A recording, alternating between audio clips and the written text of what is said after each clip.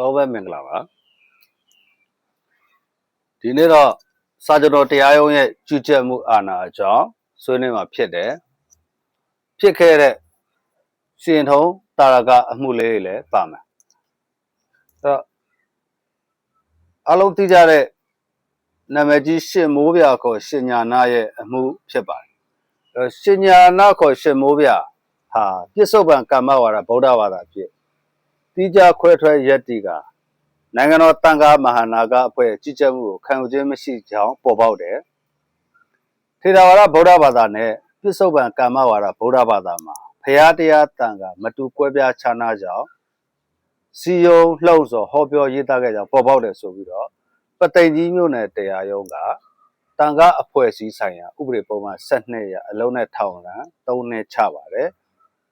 အဲဒီဥပဒေပုံမှန်73ရလည်းအလုံးနဲ့ထောင်ဒဏ်3နှစ်ချပါတယ်အဲ့ဒါက2010အမှုနံပါတ်က83နဲ့ပါဒီတရားဥမှာပဲအမှုနံပါတ်54 2010နဲ့ရှင်မိုးပြဦးဆောင်တဲ့အဖွဲ့ဟာပြစ္ဆုတ်ပံကမ္မဝါဒဗုဒ္ဓဘာသာအမိခံပြီးထေရဝါဒဗုဒ္ဓဘာသာကိုစော်ကားပုတ်ခတ်တဲ့အပြင်တန်ခါအဖွဲ့အစည်းဆိုင်ရာနဲ့အာရမဝါဒကိုပြန်အသက်သွင်းပြီးတန်ခါအဖွဲ့အစည်းအစဉ်စဉ်ပြိုကွဲပျက်စီးအောင်ဆောင်ရွက်ခဲ့ခြင်းကြောင့်ဆိုပြီး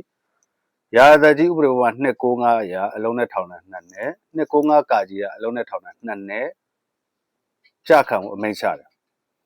အဲ့ဒီအပြင်မန္တလေးခရိုင်တရားရုံးကအမှုနံပါတ်63 2010နဲ့ရှင်မိုးပြာဟာ1988ခုနှစ်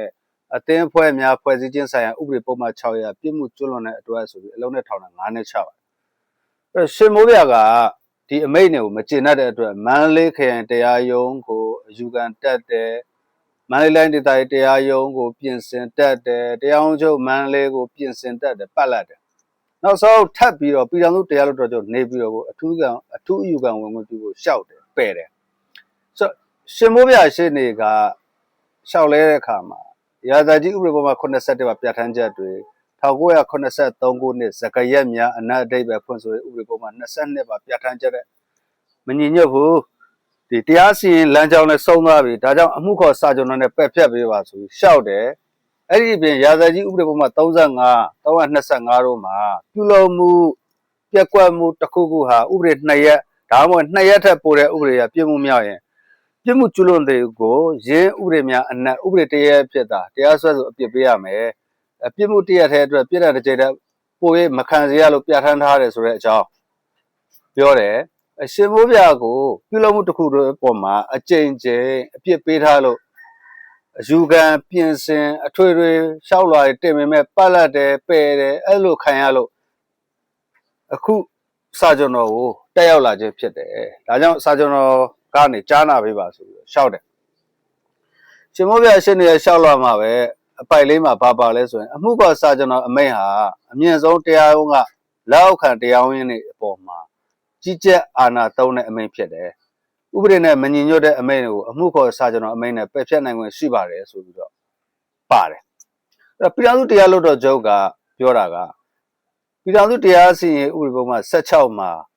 စာကျွန်တော်အမိန့်ထုတ်ဆင့်ခွင့်အာဏာအနှင်းထားတယ်ရည်ရွယ်ချက်ကအောက်တရားရုံးတွေက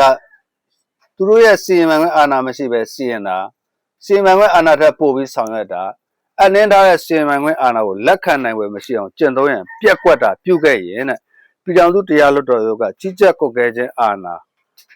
ဒါမှမဟုတ်ရင်ကြီးကြပ်မှုအာဏာကိုကျင့်သုံးရန်ဖြစ်တယ်ဆိုပြီးတော့စီရင်ထုံးတစ်ခုကိုညွှန်းဆိုတယ်အဲ့တော့အမြင့်ဆုံးဖြစ်တဲ့ပြည်ထောင်စုတရားလွှတ်တော်ချုပ်ကစာကျွန်တော်အမိန့်နဲ့ကြီးကြပ်ကွပ်ကဲမှုအာဏာကြီးကြပ်မှုအာဏာကိုလက်အောက်ခံတရားရုံးတွေအပေါ်မှာသာကျင့်သုံးခြင်းဖြစ်တယ်အောက်တရားရုံးရဲ့ဆုံးဖြတ်ချက်အပေါ်အယူခံပြင်ဆင်အမြင့်ဆုံးတရားရုံးဖြစ်တဲ့ပြည်ထောင်စုတရားလွှတ်တော်ချုပ်အထိဆုံးဖြတ်ပြီးလို့ရှိရင်ပြည်ထောင်စုတရားလွှတ်တော်ချုပ်ကဆုံးဖြတ်ပြီးအမြင့်ဆုံးတရားရုံးရဲ့ဆုံးဖြတ်ချက်အပေါ်မှာအဆင့်တူအမြင့်ဆုံးတရားရုံးကကြီးကြပ်ကွပ်ကဲမှုအာဏာဒါမှမဟုတ်ရင်ကြီးကြပ်မှုအာဏာသုံးပြီးတော့စာကျွန်တော်အမိန့်ဖြစ်ဝင်အောင်ဆွတ်ဖက်နိုင်ပြီမဟုတ်လက်အောက်ခံတရားရုံးအပေါ်သာကျင့်သုံးရန်ဖြစ်သည်ဆိုပြီးတော့ဆုံးဖြတ်ပါတယ်ပြည်ထောင်စုတရားလွှတ်တော်ချုပ်ကထပ်ပြီးသုံးသပ်ပြတယ်မူလစီမံခွင့်အာဏာအယူခံစီမံခွင့်အာဏာပြင်ဆင်မှုအာဏာကျင့်သုံးပြီးတော့ချမှတ်ထားတဲ့စီရင်ချက်ဒီဂရီအမိန့်တွေကိုပြည်ထောင်စုတရားလွှတ်တော်ချုပ်ကဆုံးဖြတ်ထားတဲ့အမိန့်ကိုပြန်လည်စစ်ဆေးစီရင်မှုတစ်ခုရဲ့နီလန်းကပြ ပြည်ထောင်စုတရားစီရင်ဥပဒေပုံမှန်1920အရာအထူးယူခံဝင်ခွင့်လျှောက်ထားဖို့ပဲဖြစ်တယ်ရှင်မိုးပြကအထူးယူခံဝင်ခွင့်လျှောက်ထားခဲ့ပြီးဖြစ်တဲ့အတွက်ထပ်ပြီးတော့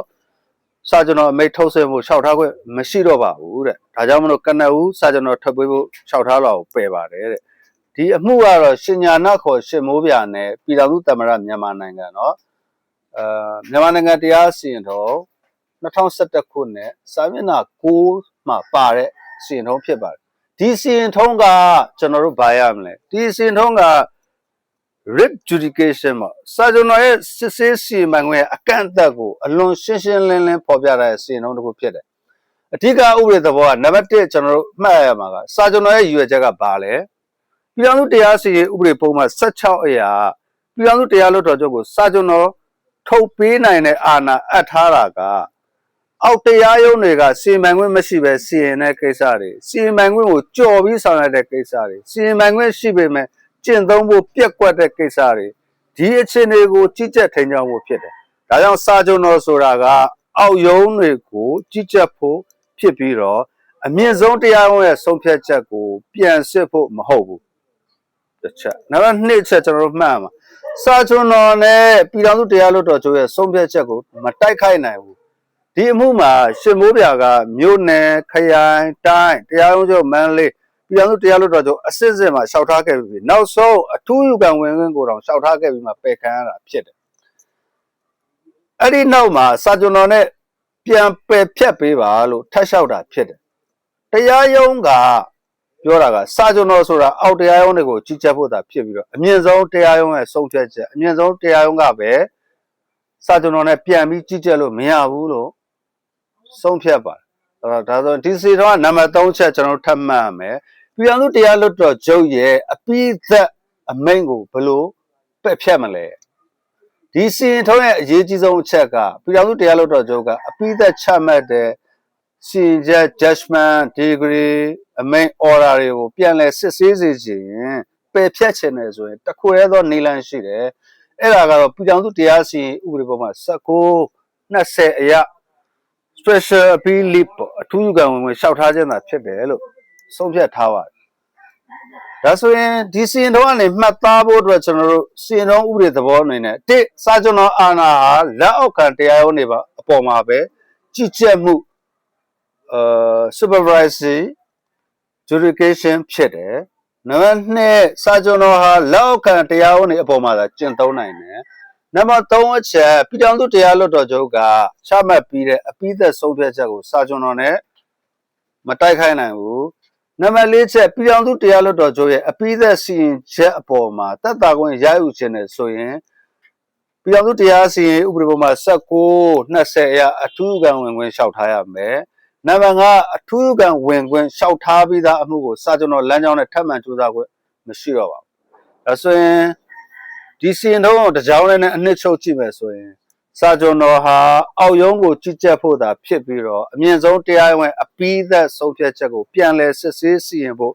အသုံးပြုနိုင်တဲ့နည်းလမ်းမဟုတ်ဘူးဆိုတာဖြစ်ပါတယ်ဒါလို့ဆိုရင်ဒီစာကျွန်တော်တရားရုံးရဲ့စီရင်ပိုင်ခွင့်တွေနဲ့အောက်ရုံးတွေကိုကြီးကြပ်မှုတွေနဲ့ပတ်သက်ပြီးတော့ထိုက်တဲ့